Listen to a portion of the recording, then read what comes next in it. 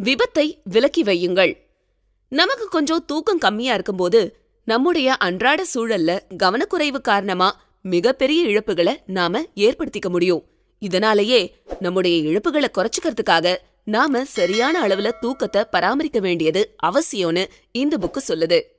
தூக்கமின்மை நமக்கு கவனக்குறைவு மட்டும் இல்லாம சோர்வு, கவலை, உடல் வலி அப்படின்னு எந்த விதத்திலையும் மகிழ்வான வாழ்க்கைய அனுபவிக்காம இருக்க செய்யக்கூடிய காரணிகளை தரக்கூடியது. பல நேரங்கள்ல இதன் மூலமா நம்ம இழக்கிறது பொருளாகவோ வாய்ப்பாகவோ இல்லனா உறவுகளாகவோ கூட இருக்கலாம். இது எல்லாத்தையும் இந்த புத்தகத்தின் ஆசிரியர் தூக்கமின்மையால வரக்கூடிய கடுமையான விபத்துகள் அப்படின்னு சொல்றாரு. அதுக்கான வாய்ப்புகளை நம்ம குறைக்கிறதுக்கு எடுக்கக்கூடிய நடவடிக்கைகள் தான் சீரான தூக்கம் அப்படிங்கிறது. நாம தினந்தோறும் 7 மணி நேரம் இல்லனா அதுக்கும் குறைவா சில நேரங்களாவது தூங்கணும். உங்களுடைய தூக்கம் குறைய குறைய உங்களுடைய உடல் உறுப்புகள் சோர்வு பெற துவங்கும். அதன் மூலமா நம்ம ஏற்கனவே சொன்ன பாதிப்புகள் அதிகமாகி நம்ம வாழ்க்கை மிக மோசமான இழப்புகளை சந்திக்க நேரிடும். எரிச்சலா இருந்தா தூங்கிடுங்க ஜி. நாம நம்முடைய வாழ்க்கையின் செயல்களுக்கு அதிக காரணமா சொல்றது நம்ம மூளையத்தான் இல்லையா?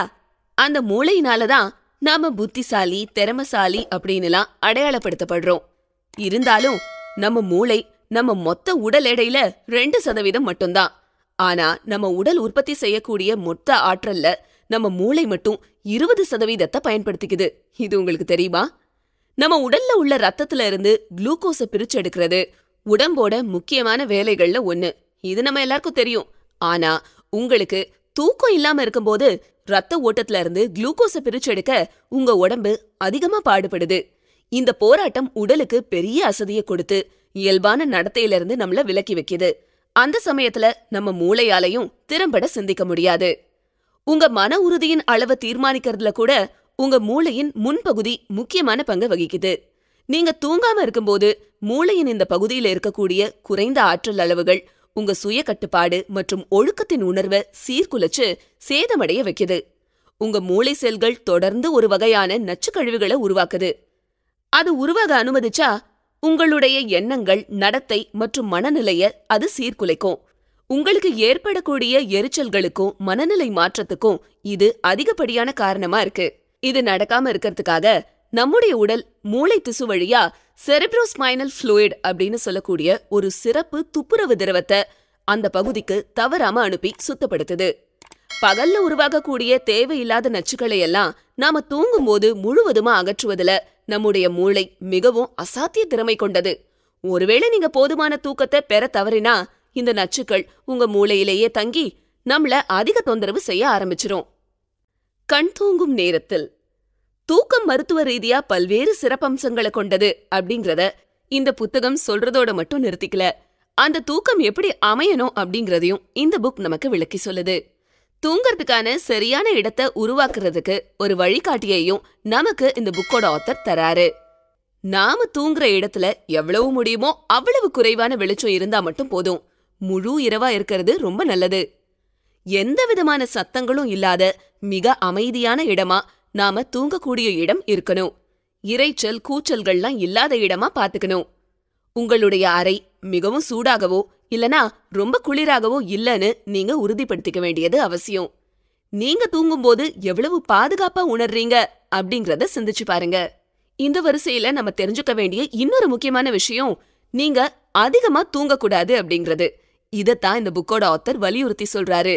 அதிக தூக்கமும் கூட உடல் இயக்கத்தை பாதிக்க கூடியதுன்னு சொல்றாரு. எப்ப படுக்கைக்கு போகணும் அப்படிங்கறத நீங்க குறிச்சு வச்சுக்கோங்க. அதன்படி சரியான நேரத்துல படுத்து தூங்கிடுங்க.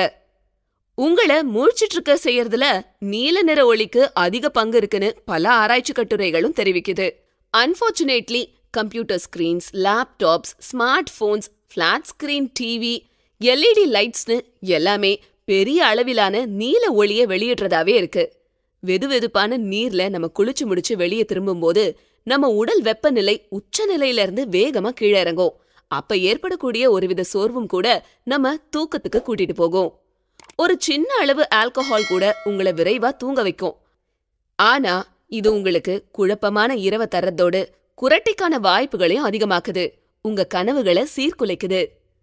உங்க அறைய இருட்டாகவும் குளிராகவும் வச்சிருங்க. காத்தோட்டமா உங்க அறை இருக்கிறது ரொம்பவே நல்லது. குட்டி தூக்கம் எப்பவுமே உடம்புக்கு நல்லது. அத உங்க அன்றாட வழக்கத்தின் ஒரு பகுதியா மாத்திக்கோங்க. இந்த விதிமுறைகளை வெறும் அறிவுரைகளா எண்ணாம டெய்லி பழக்கமாக்கிக்கிட்டு நாம நம்முடைய தூக்கத்தை பராமரிக்கணும் அப்படின்னு ஆசிரியர் சொல்றாரு.